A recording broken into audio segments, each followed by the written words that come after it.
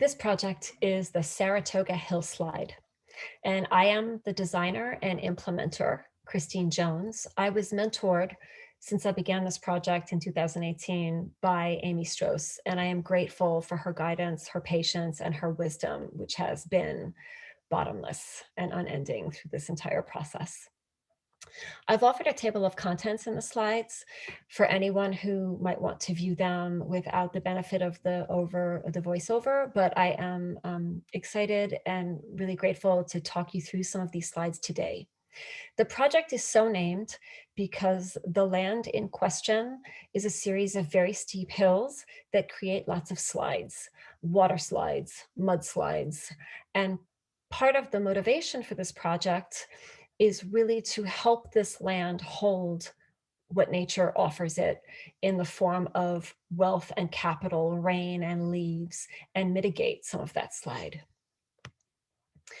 A key piece of why this project came into existence is because we as humans and cats in my small family are committed to practices of divesting and restorative justice. My spouse works in peacemaking internationally, and my work has long been in education. I've been a professor at university for several decades and have always used my relationship to the land as a way of sort of expressing my commitment to nature and my wanting to be part of the world's solution. We are also European settlers and understand ourselves to be on stolen land in the United States and North America, and that is a big motivation behind why I want to come to a better understanding of what it means to work with nature, especially as all of the land we have occupied here has taken the form of suburban hardscape that does not work with nature in the way it is originally designed. We are also a family healing from violence, and I came to permaculture on the site that I designed as a result of that violence. So the site itself is a site of healing. It needed to be because I came to it in need of healing. And when I got there, I learned that the land needed that too. So it became a really amazing symbiotic journey to think about emotional and land permaculture together. And you'll see that through the course of this project design. This site is on ancestral land, Louisville, Kentucky, on ancestral land of the Shawnee, Chickasaw, Cherokee, and other people that hunted in this area just south of the Ohio River. It is a humid temperate forest on the edges of zone 6A-B. So it gets a lot of rain and it has a badly compromised canopy, which leads to all sorts of problems in the city. Downtown is a heat island, it's prone to flooding. We are very lucky that our Saratoga Hill is a hill and the house sits upon it. It's a 1927 building that was designed not to flood. And part of that had to do with really hardscaping the land. So again, there are problems there. One of the things I came to understand about that design is that it kept the house safe and dry. So really the practice here now is to reverse some of what the hardscaping did without compromising what it was meant to stave off, which is flooding of the house and instability of the hill. This is where the house sits on Saratoga Drive. And Saratoga Drive is about midway down this hill in both directions. And you can see how far it continues. And that really is what causes the steepness of this property. The house sits about a third of the way down the hill. This is the plateau right here. The goals and vision and ethics are restoration and opening out emotionally after trauma. So the context, the problem is also the solution. The context is that we're recovering and the land and its canopy are compromised. It has invasive species, borders are overrun, things are non-native. The emotional analog is that we came there isolated, wanting to be isolated and feeling very depleted. The goals, the solutions, are precisely to take all of that natural wealth that the land can't hold and help it hold it. It's about creating flows and creating loops, reducing waste, catching water as a basic principle also of safety for that land, and growth. The yields we hope to take are self-reliance, edible fruits, vegetables, and herbs, maybe medicinals, and to help rewild the land and allow some of the very old trees, because this land has more of a canopy than some of the other parts of the city, to really become the basis for little tiny forests that we grow underneath them. And the emotional analogs are really restoring tilth and resilience in our lives. Appia for the project reflects all of those goals and principles and a real desire to create self-reliance for both the land and the people on it. This speaks to people care, earth care, and also parity, because a key piece of this project will be to create a space that allows this land and us to really open out. All of the edges of the property are places we can do that, and especially the edge that hits the street. It's the lowest and most accessible point on the property, and we want to bring permaculture there.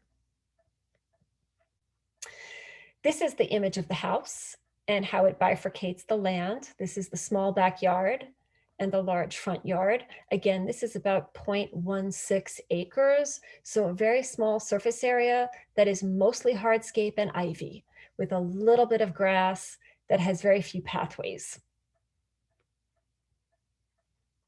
And you can see that a little bit better here. These are all level changes.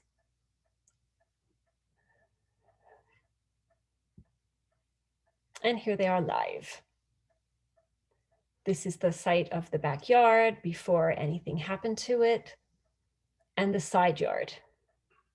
There's also a small structure in the backyard that we've called a dacha, that is built to be a treehouse for children. And it's also an extraordinarily strong and well-built piece of this environment that we want to take advantage of. So it adds tremendous verticality, very high. It's actually 2 stories, 8 feet each. You can stand under it and also stand at the top. And it also can do a lot more than it's doing as a kind of a spot to sit and enjoy nature. That's a beautiful function it has.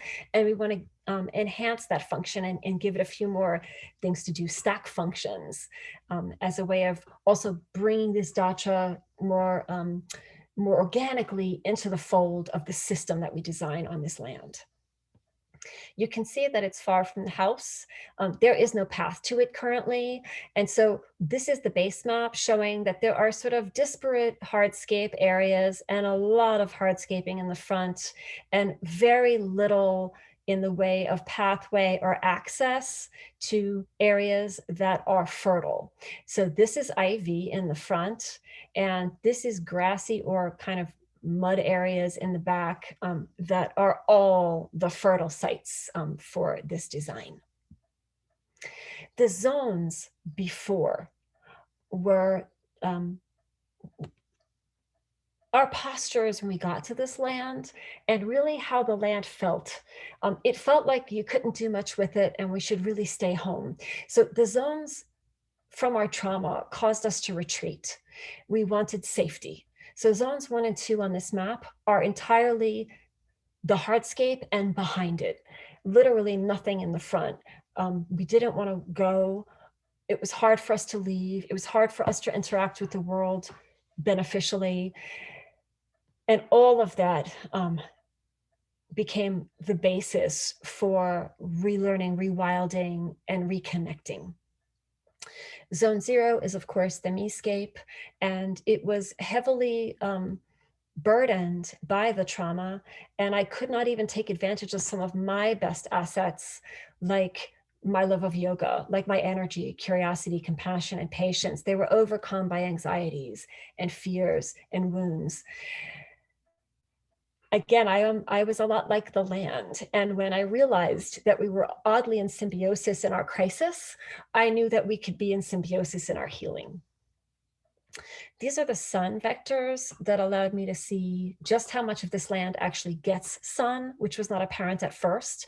Neighbors even joked that I would not be able to grow anything on it because it didn't get sun. And this analysis gave me a lot of insight into various pockets I could think through and use. The contour map and the water flow analysis really showed me why this land was in a sense dangerous and people had avoided using it fully. These are all level changes. So a lot has to be done to the land to make it feel safe so that it can become integrated into the homestead and its edges can become accessible and places for interaction rather than wild overgrowth. And you can see on the right how much water flows off the property in so many places. Again, those are all hills. It's designed to get the water off.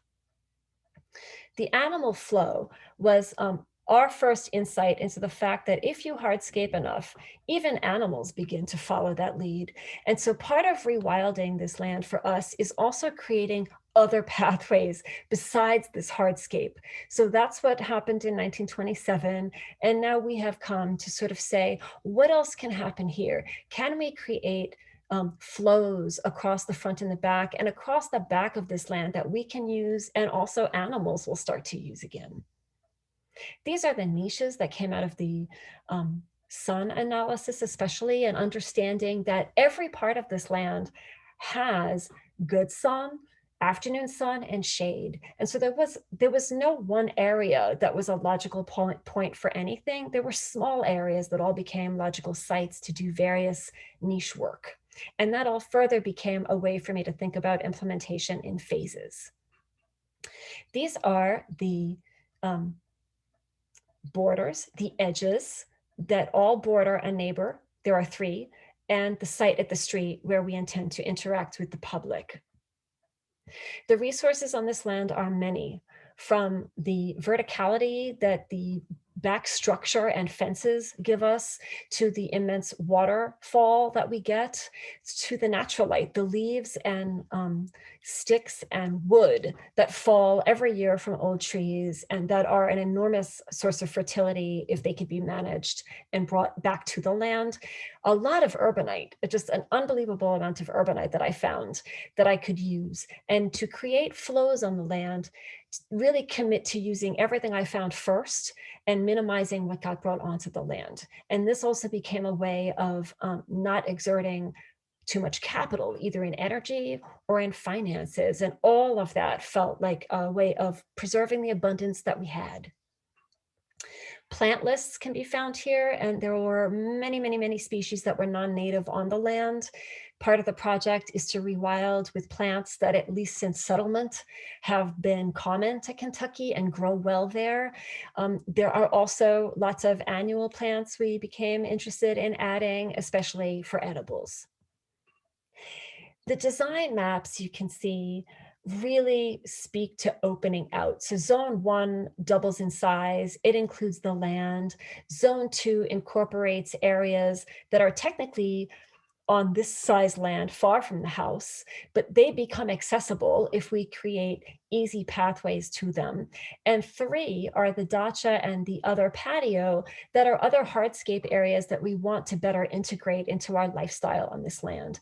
Now, zone 5 is actually the edges with neighbors that we can both keep wild and let go, but also share and enjoy together. So part of letting those edges be the fertile zone 5 is about reconnecting with neighbors. Zone 6 now appears on this zone map. It did not in the first one because we were so hermetic. And it appears there partially because my spouse is an international peace worker. My field was French literature. I work internationally as well. And I had really cut myself off from that knowledge about us and the sense that we are connected even when we're at home. That's why that's there. It's also a reminder that as we heal, we need to come out of this home space more and interact both with the immediate environment around us and internationally with cultures that are all engaged in social justice and needing support and allyship. These are all the sectors and the zones and show generally just how much this property offers in such a small space and is so encouraging in terms of what we can do if we are able to help it hold its best assets. This is a study for essential pathways that began in my mind to be just key to how we could create abundance by first connecting all the areas that felt disconnected when they looked like niches. And this is the idea for niches being ways of phasing the design implementation. This is a no-till bed study. So the concept of no-till became crucial to my sense of this project as restorative and also as honoring nature and the land we could see and the life below it. So this was key to creating the loop and enhancing connection in the way that we wanted to overall, beginning with the land itself. The final map of this project shows, and you'll see detail in a second, that so much of the land could be used if pathways were created to connect them. And I'll show you a few smaller versions of this map that help you see that even the edges have become really fertile areas now for guilds and for all sorts of connected growth environments. So these are no-till beds, an herb snail, and several of the no-till beds incorporate a hugel. These are the backyard sites and a pathway to the dacha. This is the front site, which has a guild and also a hugel bed. And the idea there was to use a lot of the wood and leaf fall on the property. And one way to do that best to kind of capture those nutrients for the ground is to bury them. So hugels became a key feature. Guilds, again, helped us really think in terms of connectedness and not just as a metaphor, but as a literal way of understanding fertility and growth and beneficial connection. This is the area at the street, which will become the berry patch. And in some ways, it feels far away from the land, but that again speaks to our commitment to bring permaculture to the public. It will also be the place in phase 3 of this project where I explain to everyone that comes by who might want to pick berries, which is the incentive to stop, how this project came about and how permaculture has changed our lives on this land. The dacha retrofit is a patch map that I included in this project because it's going to take time, but these are the many things we want that structure to be able to do for us. And that is a cuckoo clock accompanying me on this journey. The first thing we can do with the dacha is what it's already designed to do, which is be a source of storage. We want to put a gutter on the dacha because it's the one roof where we can safely catch water into a rain barrel that can overflow onto the land. Otherwise, everything else flows onto hardscape. So that structure can become key to water catchment in phase 2. And in phase 3, in my dreams, and certainly in my spouse's dreams, we incorporate fencing and screening around the bottom to create space for chickens and bring animals to our land that are not our domestic animals, but are also a source of fertility and nourishment for the land. The scale of permaculture, the scale of permanence in permaculture was really helpful to me in thinking about what was special about this land. And that's that a lot of it was stuff I didn't want to change. So buildings, microclimate, landform and climate were all things that felt quite fixed because of the immense hardscaping. But then water, vegetation, wildlife, zones, tilth, and aesthetics were all places I could really dig in, as it were, and that's where the emphasis came out. There's also some unexpected change. And those will be ways that I maintain the project by taking into account greater waterfall and other changes in the environment due to climate change and just general other abuses of the land around us in that city and on the earth in general. The water systems, again, were key. And this is just a small slide to show how they're all interconnected. And also work with nature. So various types of soil retaining plants and taprooted plants and dynamic accumulators to help the land retain its moisture and also create more space for that moisture to get in. The tech components of this project, I've already mentioned a few, are hugels, especially strategically placed beds for sun, cold boxes to extend the season eventually, seed saving, and converting, retrofitting what's already there so that we don't bring much onto the land, and we really close that loop and help it become self-reliant. This will decrease our energy output in every way and harness and increase energy that the land and the sun and the water already provide. I've offered some stakeholder interviews and will only point out here that one of the special features of this land is that I learned from my cats and how they use it. And that gave us a sense of how animals were flowing through the space and gave us ideas about how to redesign them. The invisible structures toolbox became crucial to me in rethinking my own zones and my inner landscape. And I also am involved in a full retrofit of my emotional life as I heal from the trauma. The beneficial connections that came out of this project are herb snails, fruit guilds, and a little tiny forest happening under a beautiful Norway spruce in the front with native plants. And these are all ways of stabilizing the soil and creating yield. These are the hugels and all of my studies for them, because again, they marry that sense of water catchment and fertility and abundance in really powerful ways, because we're able to use wood on the land and help the land yield more food. Implementation will take place in 3 phases. And again, the niche map helped me outline those.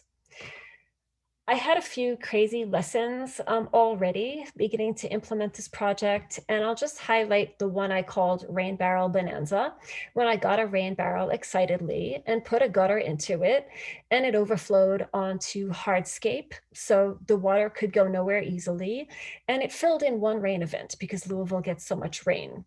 I attempted to move it to a better spot after it was full, and that was a very bad idea, which taught me that good tech goes wrong in the wrong place at the wrong time if you have no plan. The maintenance plan is to pay attention to water, leaves, gills, and their growth, what thrives, what dies, the dacha and its stability as we retrofit it and ask it to do more, how we have to also support it, and overall recognizing that the homestead now incorporates seed saving, spaces for keeping leaves, spaces for growing small plants to be put out into the yard. And it also incorporates room for us to be joyful and look out at the nature that we've built. The evaluation of my project is attached. And as a final note, the project that's evolved over 2 years has changed me. I had trouble finishing this project because I changed so fast, faster than I was able to change the land. And I couldn't stop. So what you see in this design and these slides is the place I was able to finally say, stop, pause, and simply put the design out there for you to see, knowing that I'm going to keep learning and keep changing, and it will change along with me. I want to thank again Amy Strauss, and also say that I am no longer on that site that I've designed, and I honor it because it is the place that I came to permaculture, but I didn't have to leave permaculture there. It has come with me.